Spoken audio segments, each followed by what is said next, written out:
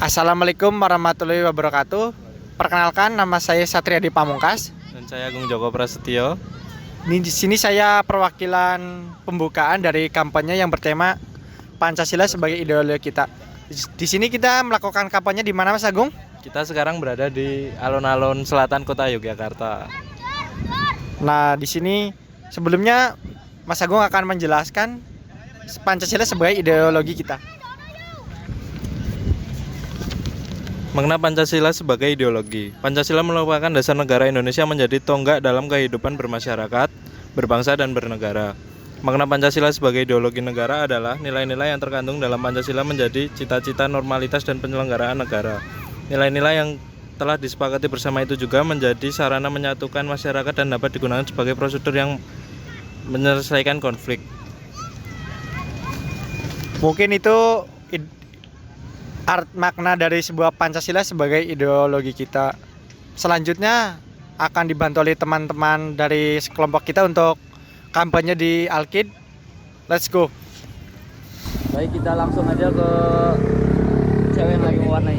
Gas, let's go.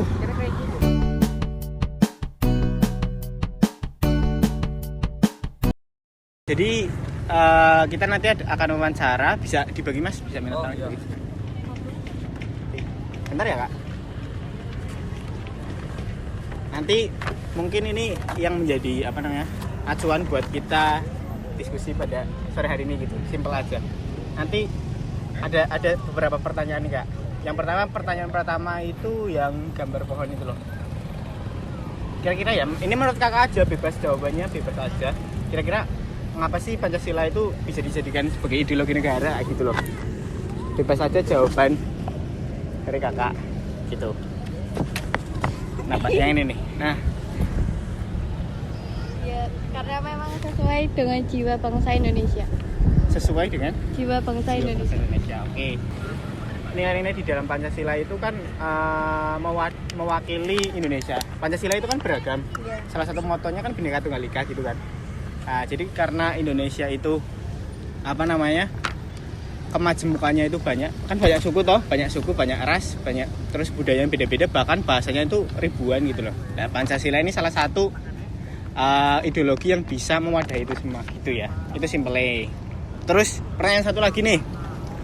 Kira-kira yang gambar banteng itu.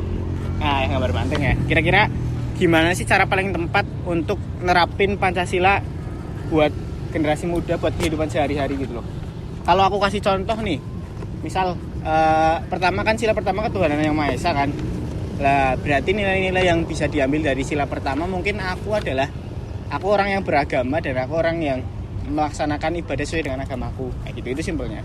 Kalau menurut Kakak gimana? Ya, sila keempat. Sila keempat. Apa itu? Bangga menjadi warga negara Indonesia. Ya, oke. Kalau aku lebih mengenal budaya dari teknik lain. Ya, siap. Turut menjadi bagian dari pewaris budaya. Oke. Jadi mungkin itu dulu ya kayak Ya. wawancara dari kami. Mungkin makasih buat waktunya. Ganggu, maaf ya kalau semisal kakaknya ada kegiatan. Oke teman-teman, mungkin ini aja video yang bisa diambil. Kurang lebihnya mohon maaf. Kita kembali lagi di pertanyaan-pertanyaan berikutnya.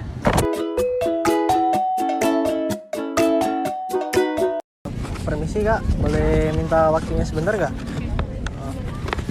Duduk ya Kak ya? Biar enak.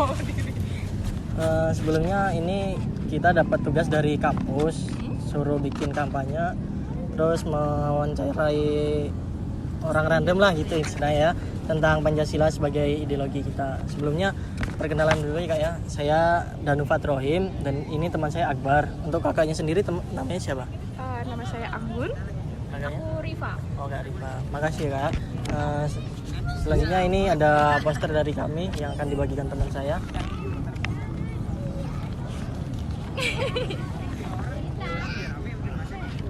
Bisa dibaca dulu Kak. Boleh saya tanyakan yang ada di sekitar poster ini? Nanti silakan kakaknya menjawab. Pertanyaan yaitu bagaimana cara yang paling tepat untuk menerapkan nilai-nilai Pancasila pada generasi muda saat ini. Nah, tanggapannya kakak-kakak ini gimana gitu? tentang pertanyaan ini. Kira-kira siapa yang jawab? Menurut aku ya, dipegang aku boleh nggak? Oh boleh, silakan ya.